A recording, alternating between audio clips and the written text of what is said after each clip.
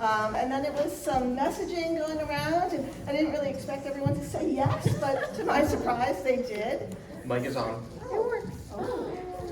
You want us to come talk about car seats and your You have to hold it up close. Close. You gotta eat it. Close. Gotta eat it. Yes. That's Six weird. Flags. No thanks. I'm loud, so I don't need it, but if anybody else wants it, it will be here. Yeah, so if this goes well, we'll see what the feedback is. There may be an opportunity for us to continue to gather and do things like live streams, which will give us more time for each topic at length, right? I mean, today we're going to have to be brief because we're going to try to cover a couple hot topics in 60 minutes, and all of you know that like each one of these topics could easily be 2 hours long. So please bear with us and understand that we're not going to be able to get into the level of nitty-gritty because we've literally got about 18 minutes per topic. So, what I am going to do is, first of all, I'm going to mute my phone because I will be the worst offender. Are we all doing a TikTok together? What? No? Okay. Take it. I've not turned on TikTok in a week. Detoxing. Detox. I'm looking for lightning. All right, hold on. Let me just make sure these are all off. Okay, great. We should get a selfie with them. Yeah, you know what? That's what I'm I mean, a saying. selfie would kind of be fun. Right? I have really short arms, so I'm not the good selfie person. But I'd say, yeah, we're gonna do that too. You want a selfie or just want a photo? Because somebody over here on the side to take a picture. We'll have photos, there will be. yeah, and Jack, if you could take some photos of us together. So what I'm going to do, yes. Use the You are mic. going to have to use the mic. You're not as loud as Lance. Hashtag goals for The 20. handicap needs to hear. All right, that's fine. Okay, we'll use the mic. Some of us listened to loud headphones back in the day.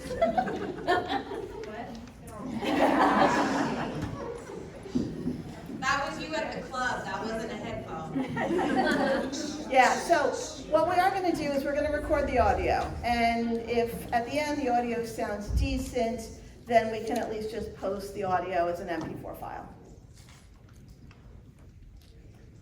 Kids in Motion 2025 Hot Topics Roundtable.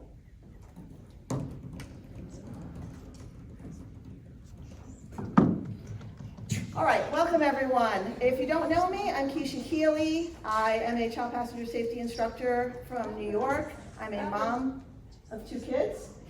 Louder? Wow. Just use the microphone. Okay. There we go. It's just so weird. I'm not a microphone person, but whatever. We'll roll with it. Okay, I am Kecia Heather. I'm a child passenger safety instructor from New York State. I'm a mom of 2 kids.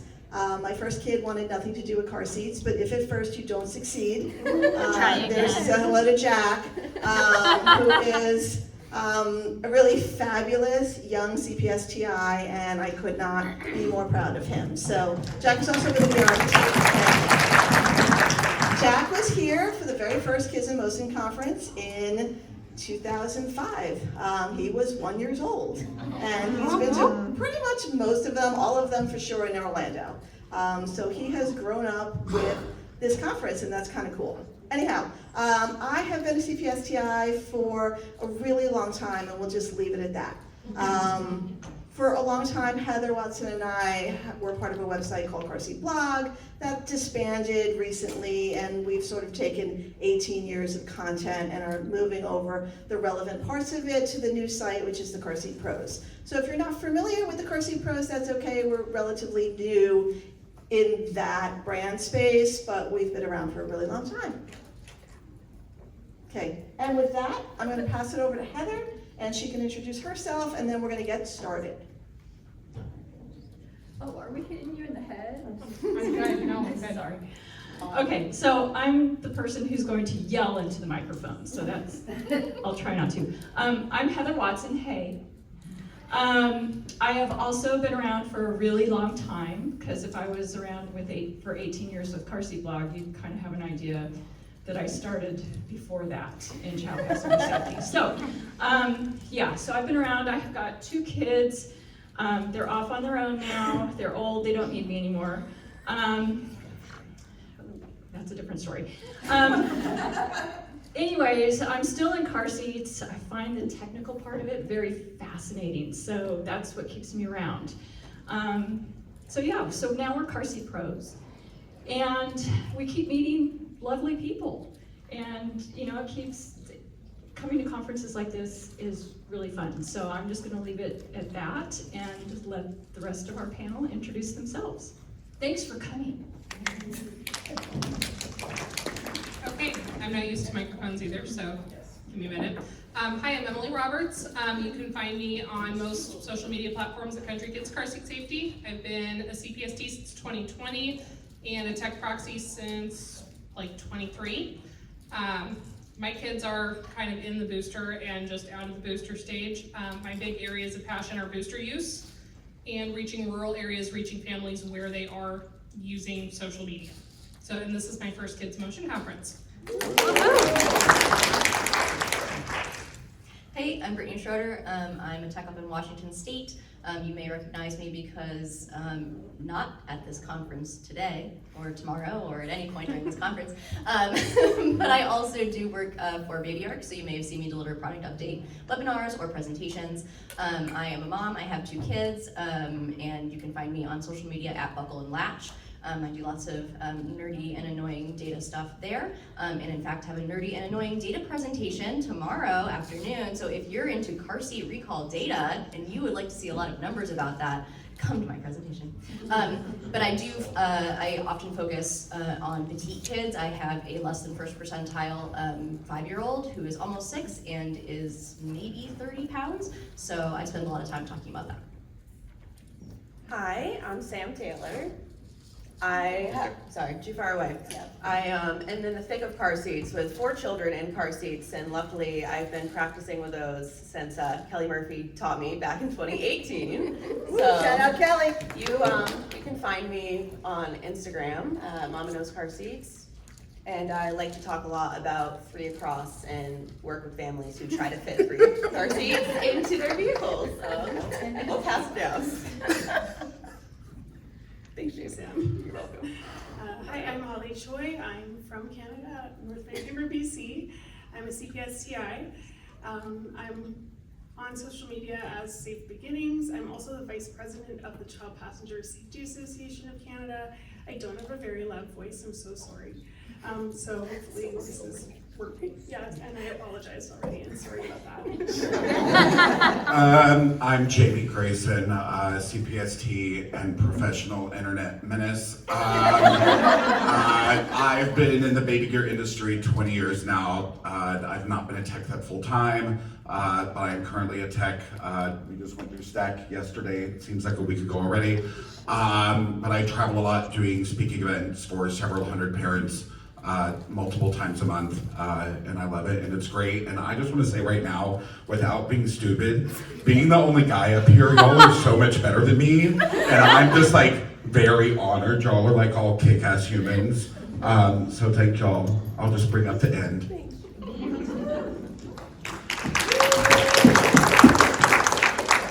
Thank you. Okay, with that said, our first hot topic of the session, we're going to talk about 213A and 213B. Because it's relevant, and there's a lot of confusion, which is understandable because it's confusing. So it's not you, it's them. I'm going to try to go through a brief summary of what the current state of 213A and B is, and then we've got some jumping off talking points. All right, so 213A is the side impact side of it, right? So 213A was announced as a final rule in 2023, and then, 2022, and then the countdown was on. Manufacturers had 3 years to comply, and the compliance date was June 30th of this year. So as we are approaching, as we go into 2025, a lot of us start to notice, hey, there's new seats manufacturers are rolling out 213A, and in many cases 213B compliant new products. And then there's a lot of questions about, are certain products going to be discontinued, what's staying, what's not staying, but we have this like definite timeline. The clock is ticking, June 30th, 2025 is coming soon. And then like a month before, NHTSA like unloads this bombshell and says, actually, just kidding. And I understand like the thought process, not the thought process, but the arguments were that some manufacturers were pressing for more time. They cited a variety of different reasons why they needed more time, including because there's only so many labs, right, that can do this compliance work. So even if you are a manufacturer that has your own in-house crash testing lab, you still need to take your product to MGA or CalSpan, and there's only so many hours in the day, right? And so you have the big manufacturers who are, probably monopolizing a lot of that time. They have contracts with these crash testing labs. And so if you're a smaller player in the market, you might have been struggling. I don't know that they were struggling, but that was part of the argument of why they needed more time, right? They cited not enough lab time as one of the reasons. So NHTSA took that into consideration, and then literally like a month before the compliance deadline, they issued a postponement. And for those, let me just see, show of hands, how many of you like actually read those like things in the NHTSA Federal Register, right? Okay, good. So several of you, like, I'm not the only one. Not the only one who stalks the NHTSA Federal Register for updates. Yeah, so NHTSA agreed to postpone, but then their postponement was not give them another 6 months, not even give them another year. They were suggesting a postponement until December of 2026, which is like a whole nother 18 months for manufacturers to comply with side impact. So that was a lot of time. That was surprising to me that they would be even willing to give them 18 more months, especially since you had 3 years already, right? And so then because it's got to go through this official process, then a comment period was opened where people, mostly manufacturers, I imagine, had an opportunity to comment on this proposed postponement, right? And then that comment period ended, I believe, on the original compliance date of June 30th. And now we wait, because we don't know. We assume that this will go through as a postponement. NHTSA did say in the meantime, basically to the manufacturers, like, okay, we're not going to enforce side impact compliance while we're waiting to make this final rule, but don't be cute and say that your products are side impact compliant if they're not, right? So we hope that manufacturers would not do that, but NHTSA felt the need to sort of call that out. So right now, whether you have a side impact compliant product or not, NHTSA is not enforcing compliance at this moment, and we wait to see what the final rule is going to be. Quick note about 213B. So 213B is this whole nother revision to the original 213 standard, which includes things like changes to the frontal test bench and increased weight minimums for forward-facing harness seats and for boosters.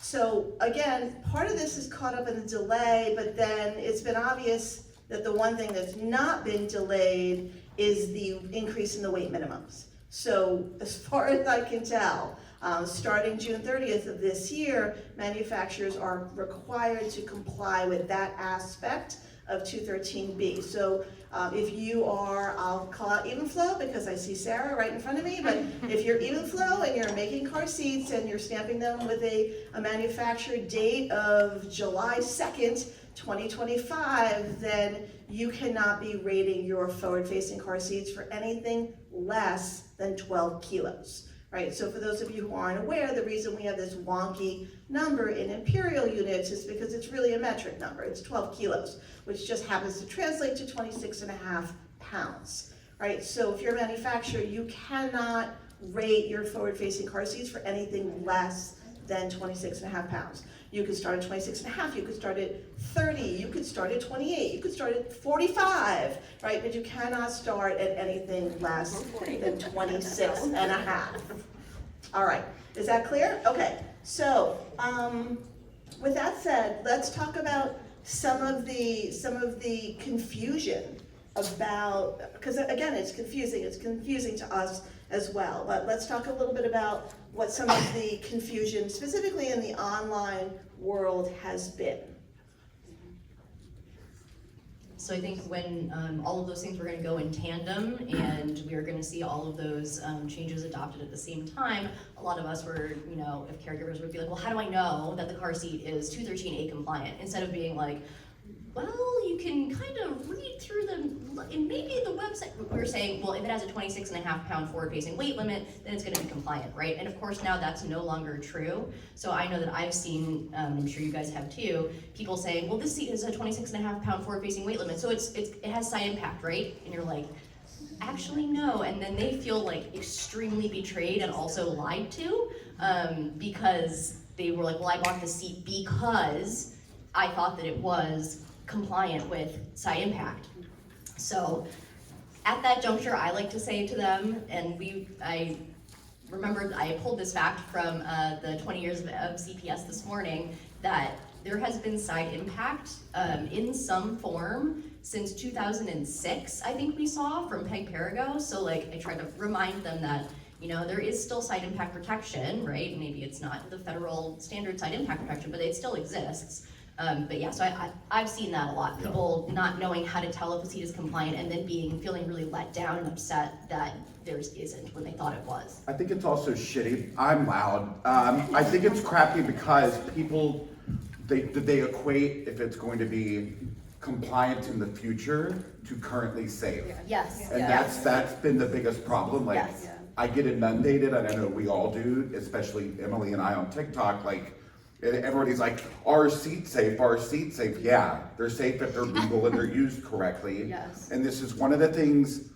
along with like releasing crash data, I think it's almost like you're better off not knowing the information, because we know in this space, most consumers can't even read their damn manuals.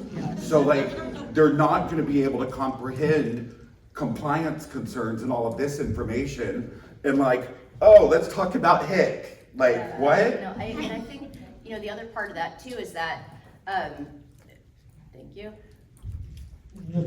Because we're in this space and we are, you know, like swimming in a soup constantly of car seat safety data and information, and we know all of the tiny little things that can go wrong and how like changing this one thing can, you know, make it a little bit safer. But I think sometimes what we miss when we're curbside is just the fact that literally using any car seat at all, let alone correctly, is still extremely protective. And, you know, of course we don't want to go to a caregiver like, well, just slam this in your vehicle, it'll probably be fine. Like, don't worry about it, your kid's totally safe, right? Like, you don't want to go to that extreme, but just having that calm in yourself to know that, like, listen, you're using a car seat that fits your child, fits your vehicle, you know, you can use it correctly for every single ride, like that, those are the important things. And I don't know if we actually have data on this, and I would love to know if we do. Like, what is how much safer are these extra little things? Like, how much safer is this stuff? Because I mean, I agree we should keep getting safer and safer, but how much safer is it?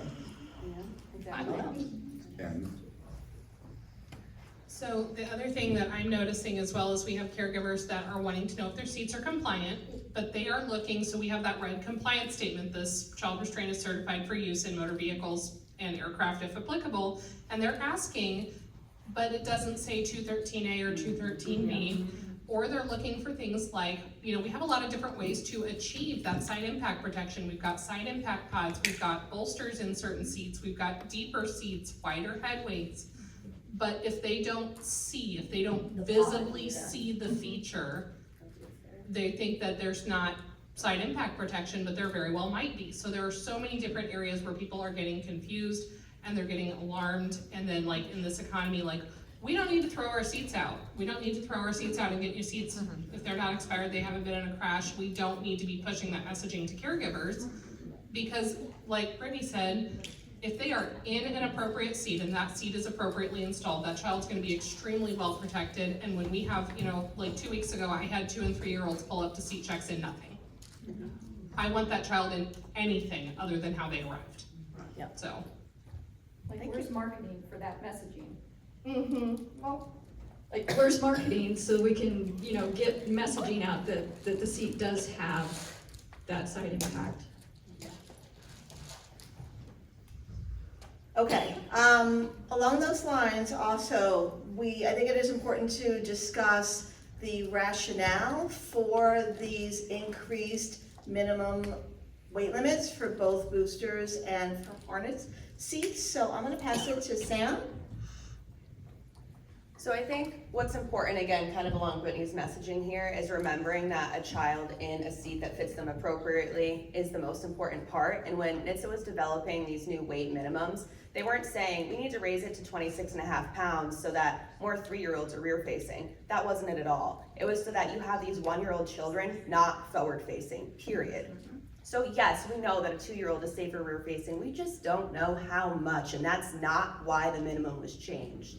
And along those lines, when the weight is up now for 40 pounds, if you're, sorry, let me simplify this. We haven't talked about it yet.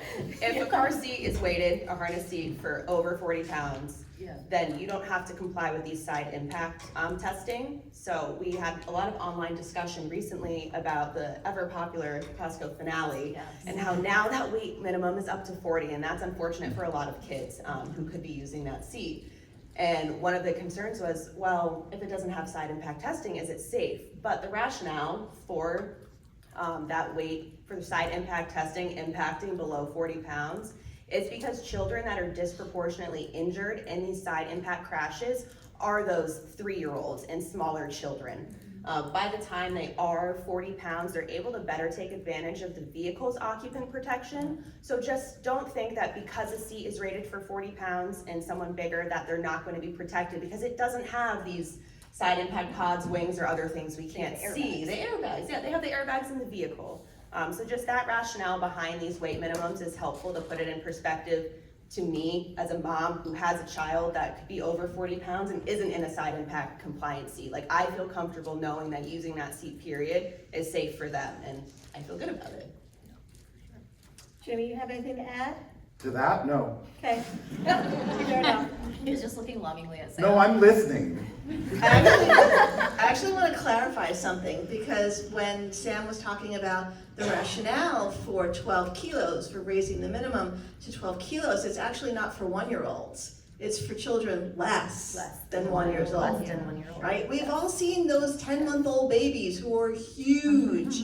You know, they're 10 months old, they're 25 pounds already. TikTok is full of them, they're adorable. All the NFL teams are like calling dibs on these babies already. But yeah, we've all seen it, right? And so that's the rationale. It's not even for the 18-month-old or even the 14-month-old, it's for the 12-month-old. I try not to speak in months, because you know how you get. Yeah, My no, it's 36-month-old fine. I just child. wanted to be clear that, like, My kid, literally. I didn't do enough homework, and I had a seat with a 22-pound limit for the infant seat, and I had a 9-pound firstborn, and that seat did not last us 6 months, but that didn't mean he was ready to forward face. That's why. Yeah, but again, the messaging, NHTSA was really clear in their rationale. It was really about wanting to protect children who were less than 1 year old. Okay, is there anything else that anybody wants to add specifically to 213A or B? And also, while you guys are looking up your notes, the booster minimum has now been raised to 40 pounds. Most manufacturers were already there with not starting their boosters or their booster mode before 40 pounds, so we didn't really notice that big of a change.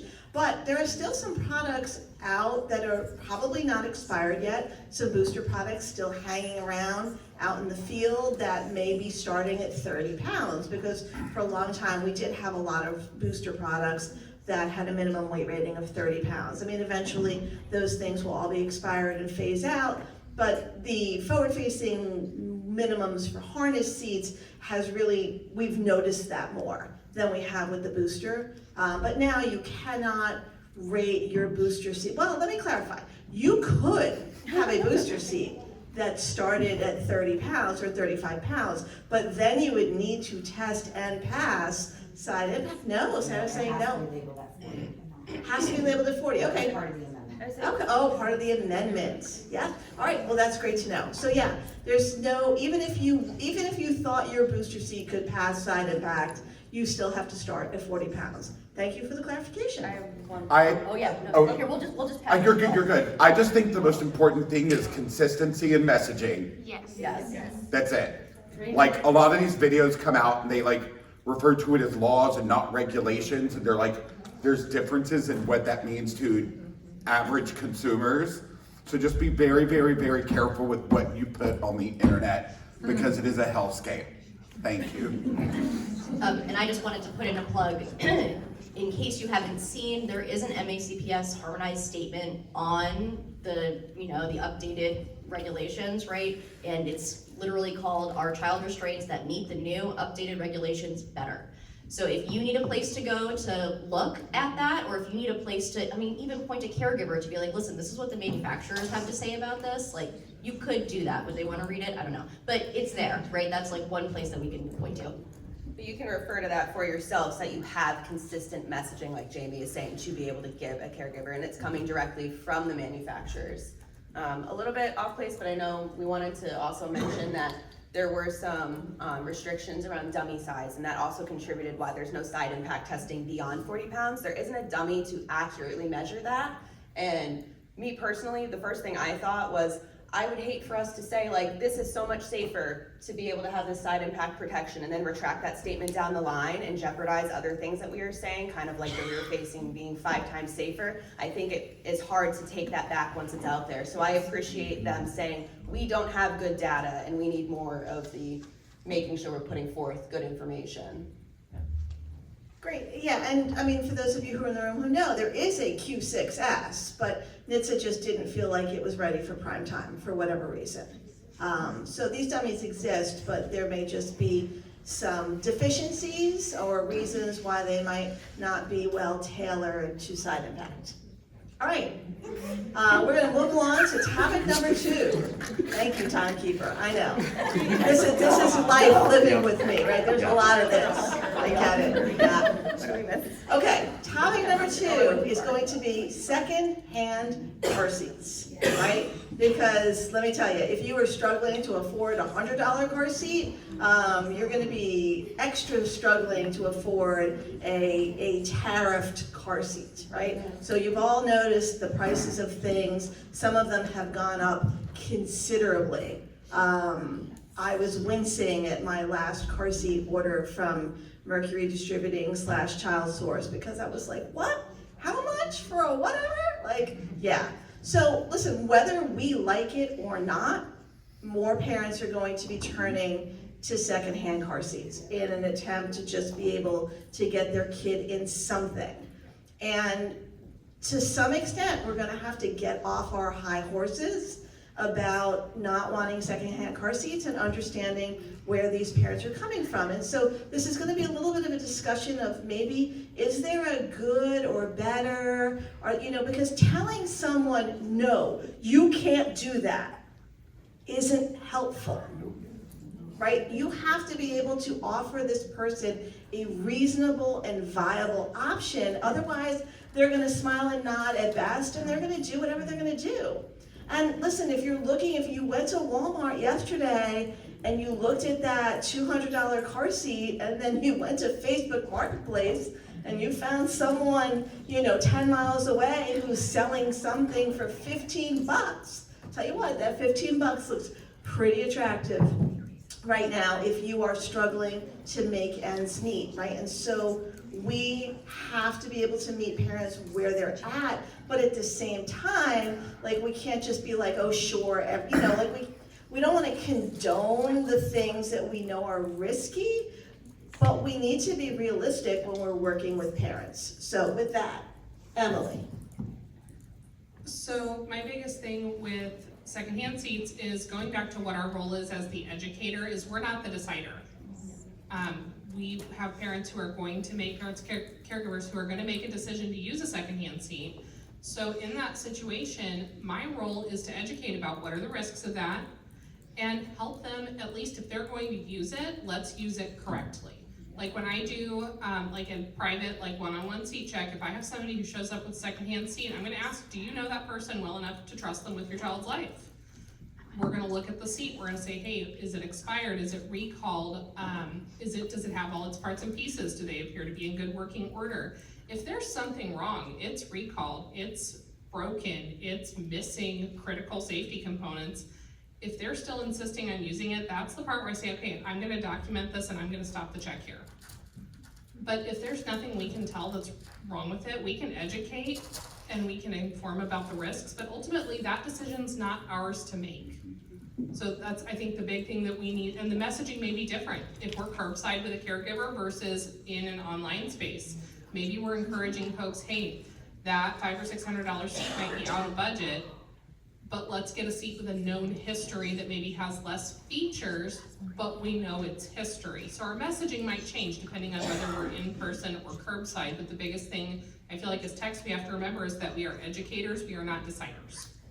We don't make the rules, we help people understand and follow them, but it's not always our call to make. Caregivers make the tough choices, yeah. I feel like that gets lost sometimes in the online discussions. I see some hands. I'm gonna ask you guys to just write your questions down or make a little note so you don't forget, because we are gonna try to allow a few minutes. We have some people here with on a pretty strict timeline, so we're gonna allow a few minutes, probably not more than 10 minutes for some Q&As at the end. But I got you, and I saw Lance had his hand up earlier, so I promise you guys will be first. I see a lot of pregnant caregivers at our C-Check events. We do a lot of our C-Check events. I work with Denise's crew, and we do a lot of C-Check events at hospitals. And so we see a lot of folks that are coming in, recommended from their OB to come to the check event, which is great. But lately, I feel like I personally have been seeing, and I'm sure other techs as well have been seeing, additional secondhand seats.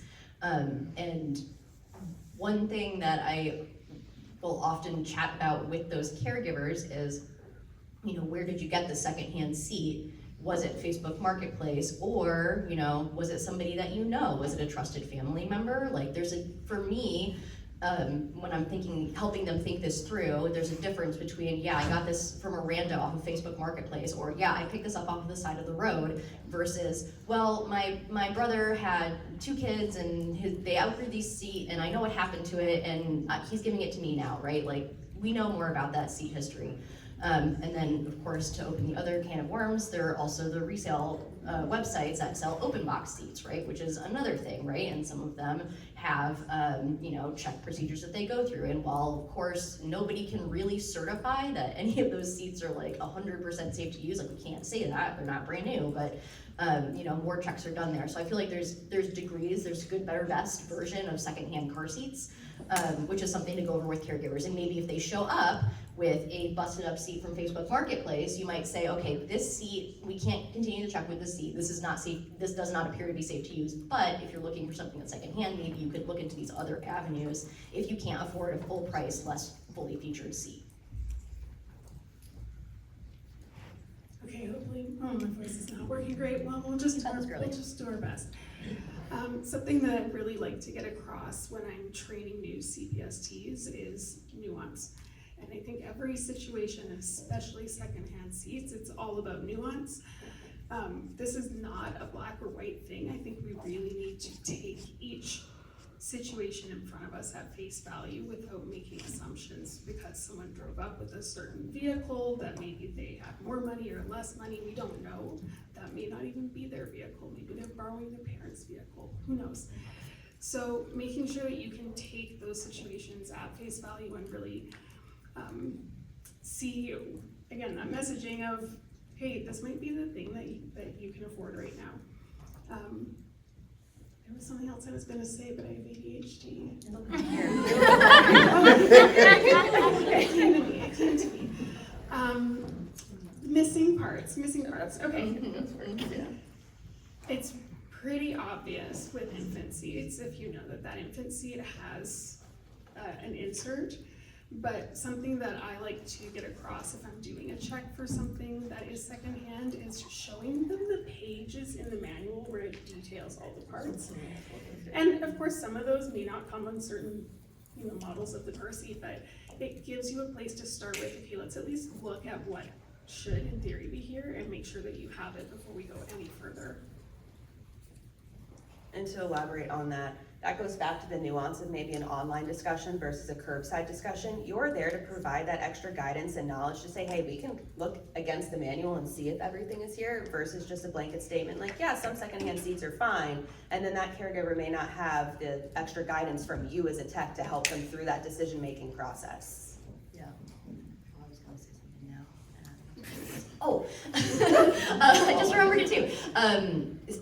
Emily mentioned open recalls on those car seats as well, and not to put in another plug for my presentation, but recall, as long as that manufacturer still exists, recalls don't expire. So if the only thing that's wrong or perceived to be wrong with that seat is that it has an open recall, it's entirely possible that you can call up the manufacturer or have them do it or help them do it, and that they can be sent a recall kit for that seat if it's still being manufactured. So something to consider. And I would say there's a way when it comes to used car seats, like the two biggest companies out there are going to be Rebel and Goodbye Gear. Yep. I don't know how Rebel works whatsoever, but with Goodbye Gear, like there are several people that help them with this process. And like, I'm not gonna out, there are people in this room who help them develop it. I will out myself. I will out myself.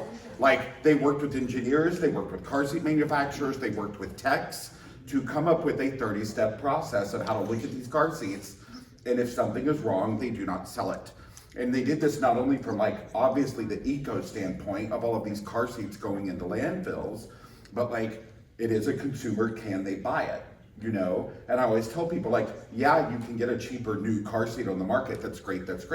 But what if they were gifted a certain stroller and a $60 car seat doesn't work with that? They need something practical. So don't let perfect be the enemy of good. I will reiterate that with the microphone. Don't let perfection be the enemy of good. Somebody needs to make stickers that say that. We need buttons. Somebody's on it. Okay, great. Buttons. There you go. There's a friendship bracelet party down here. So. Yeah. I don't know if that'll fit. We'll do it Taylor style. Just All right, and listen. letters. If you're lucky enough to work with a program that has car seats to distribute in these situations, wonderful. Then that's the obvious choice. When someone says that they have a seat with an unknown history, if you are able to replace that seat with a seat from your program, great, problem solved. Except sometimes when that product that they've bought happens to be maybe a tuna that they bought for $70 off of Facebook Marketplace, right? And then you're offering them, a much more budget-friendly seat. And they're looking at your new seat, and they're looking at their $70 Facebook find. And yeah, they may say thanks, but no thanks. Which at the end of the day, like all we can do is offer and document, right? So obviously, if you can replace, you always want to make that offer. And the other thing though is like, all of our programs are being stretched for dollars, right? Like I'm pretty sure that nobody here's program has more money than it did 10 years ago, right? Every year is less and less. Kelly's like, yeah, Kelly? All right, I'm gonna send everybody to Kelly in Connecticut. Kelly, I know your home address. The people be lining up on your front curb. Right? So we're all being asked to make do with less, and now car seats cost more, and it's just making things more challenging for programs. So the other thing too is like, what if that's my last infant seat? And I'm looking at this seat that is, as far as I can tell, okay. There's nothing wrong with it that I can see. It just has an unknown history, which makes it a little risky, but it doesn't inherently mean that anything's wrong. It just means we don't know, right? And so like you're waiting that like, oh gosh, do I give them my last infant seat? Because what if the next person to roll up is in a way worse situation and I just gave this person the last infant seat I have? So that's just one more consideration for those of us who are lucky enough to work with programs that do have seats. Anything else to add to that? Yeah, okay. Topic number 3. I'm trying to come all with one hand, thank you. 3 across and adjacent installations. Yeah, so this kind of blew up like a hot topic, I don't know, 5, 7, 8 years ago. Like it's been a little while now. It's not new, but it is new-ish. Like this wasn't always a hot topic. Let me just see a show of hands. How many of you have been CPSTs or TIs for more than 10 years? Okay, right, that's a majority of you. So you likely remember when this wasn't necessarily a hot topic. Like if it fit and you could shut the doors, you were good. I'm sorry, what did you say? If it fit, it sits. Meow. Meow, yes. Right, and then suddenly it blew up into a really hot topic. And I tried desperately to like trace the origin of this. Like, cause sometimes you can find, somebody had a viral video or something that caught on, but I was never really able to trace the origin of suddenly this being such a hot topic. Like the word airspace did not exist in our vocabulary 10 years ago. Right? And now, like even if you don't use that word or that term, you understand what the implications of it are. So we wanted to have this honest and candid discussion about 3 across and about meeting families where they're at. And we should never assume that the caregiver or the family that we're working with has the means to, or even the desire to buy even one new car seat, right? And if you're gonna tell somebody to buy a bigger car, that's kind of a shitty thing to say, right? You should never tell someone, well, clearly you just need to buy a better vehicle, because clearly if they could have bought a better vehicle, they would have. And who's seen that suggestion? All right, show of hands, who's seen somebody, usually online, I mean, I'd hate to think that anybody's saying that to someone's face, but I'm sure it's happened. Unless you show up with 7 people in a 5-seater car. Right, Yeah. right, yeah. Or 3 across in a Mustang. Ooh, 3 across in a Mustang, that's, yeah. But we have to meet parents where they're at, right? And we should stop expecting them to buy a bigger vehicle or even buy a new car seat. I mean, the suggestion is always like, oh, you need 3 of these or at least 2 of these and maybe 1 of those, and like, whoa, back up. Like, first of all, like, let's ascertain whether this actually is going to work or not. Like, sometimes, as you all know, 3 across is just a no-go, right? And so I have an article that was an old Car Seat blog article that I refreshed, and I posted it on the carseatpros.com website that you can read. But there's pictures in there of my old 2016 Hyundai Tucson, right? And the Tucson is a small SUV. That center seating position is really no wider than the fold-down armrest. And, you know, with conventional seats, and so I'm excluding like a Ride Safer Travel Vest or a bubble bump, you are not going to get 3 across in this Tucson, right? So there are times when it is absolutely just not going to work unless you put a kid in a travel vest or a harness or a bubble bomb or something like that. But then there are plenty of times when it would work. But the messaging has been so hard line, so you cannot do that. It just won't work. How many of you have heard that 3 across is impossible in a CRV or a RAV4? Right? Like, yeah, just can't even do it, don't even think about it. Well, I mean, what model year, right? There have been design changes, these vehicles, you know, so it's a lot. This could literally be a 2-hour topic. I'm gonna somebody's gonna take this mic away from me now, because otherwise, It's not gonna be me, it's gonna be our 3 Across being over here. I love 3 Across, no. I think a good starting point from going from the you can't do this is what can you do? What does the vehicle manual say? What does the car seat manual say? And now that we no longer have the harmonized statement for installing adjacent car seats, refer them back to the manufacturer. What does the car seat manufacturer say for these 2 seats? You might need to talk to Graco and Evenflow, but call them up, let them know what's going on. Stop making assumptions because of what may have been advice passed down. I don't want to get too detailed into the seatbelt overlap of it all. I think that's just way too. that'll be for the live stream. Way too much to go into. But as far as just installing adjacent car seats, like remember, are we able to get a tight installation that moves less than an inch? Are they touching? Does the vehicle, does the car seat manufacturer allow that? If yes, great.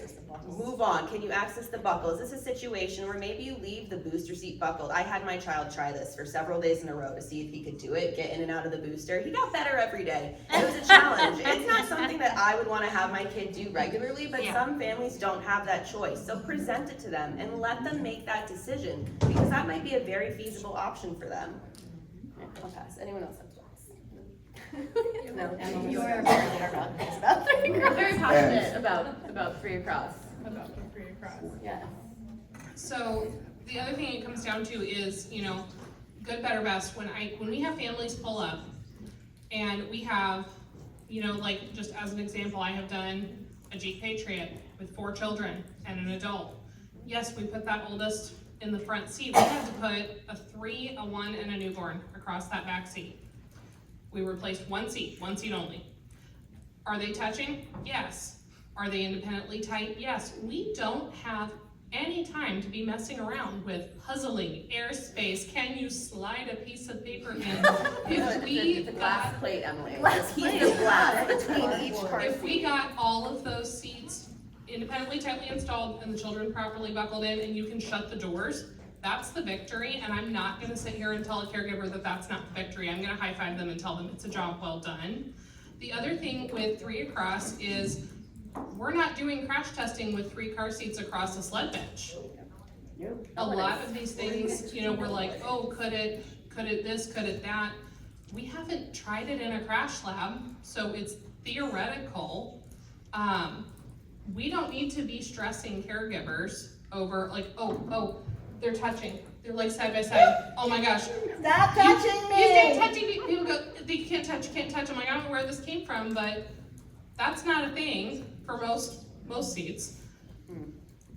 We need to be encouraging caregivers and empowering them that yes, you can do this. You can keep your children as safe as possible. Good, better, and best. And ideal, best is not going to be possible in every situation. But if we get all of those kids in an appropriate seat and it's tightly installed, that is the victory. And emphasis on the appropriate seat as well, because what is the alternative if you can't fit 3 harness seats next to each other? Are they choosing to move the oldest to a bubble bum so that they can now fit the 3 kids there, because before there was overlapping airspace, whatever you want to call it? If they had 3 tightly installed harness seats, then maybe that could have been a better choice. But again, educate the parent, share that information with them, and let them make the decision. Because I personally wouldn't rather put my 5-year-old with a poor belt fit in a bubble bun just so that there's no airspace between my 3 car seats. Yep. Jamie? I've got nothing, I'm listening. Yes. 3 Across may not be ideal, but life is rarely ideal. And to circle back to don't let perfection be the enemy of good. And you'll notice that I said may not be ideal, because we don't know. Maybe inside impacts, having 3 seats that are tightly compartmentalized is actually better. No, we don't know. I muted myself there. I'm so proud of myself.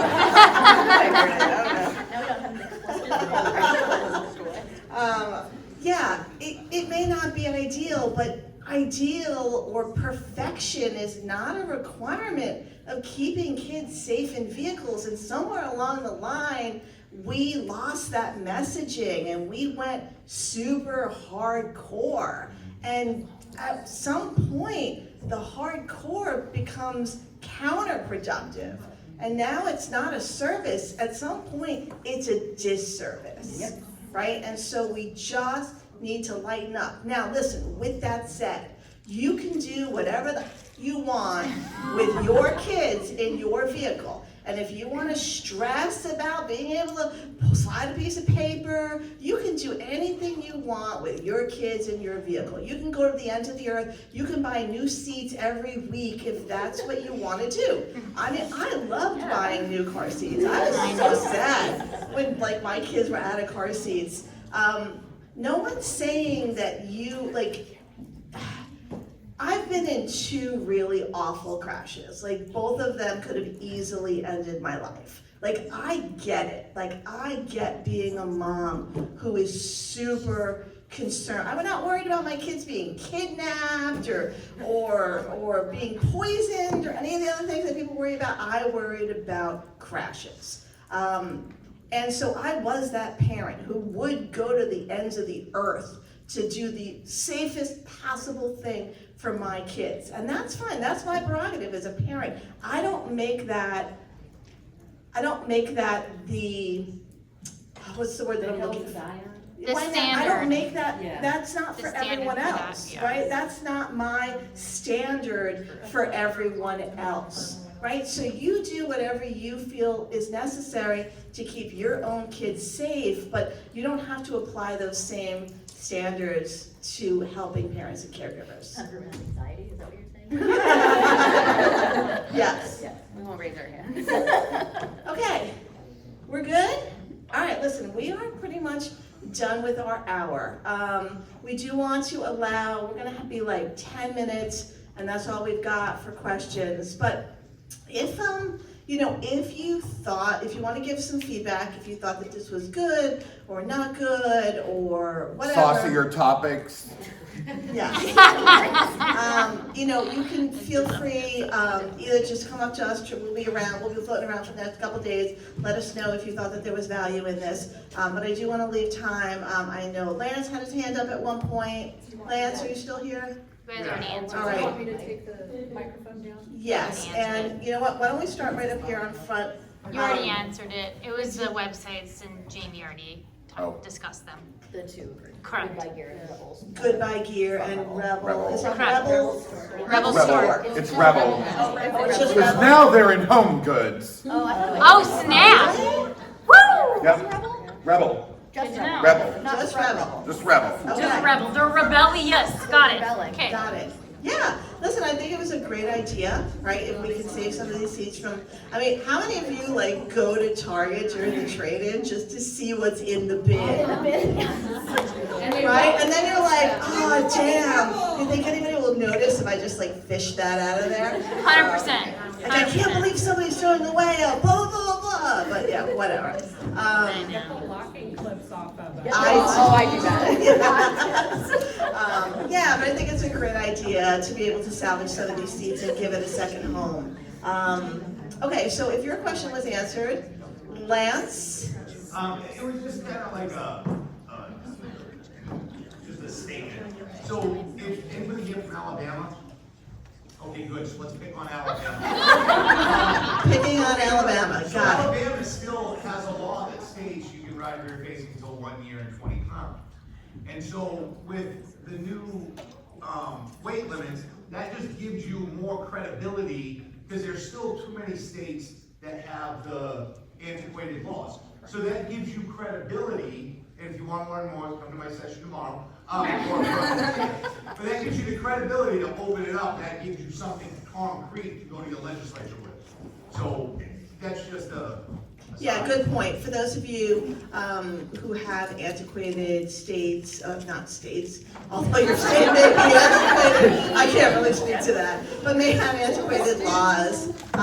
It can be a tough route trying to get laws changed, but that doesn't mean you shouldn't try. All right, we love you guys. Thank you so much for joining our hot time. Enjoy the conference, and if you enjoyed this, let Tammy and Woody and the conference committee know that there was some value in this. We appreciate you.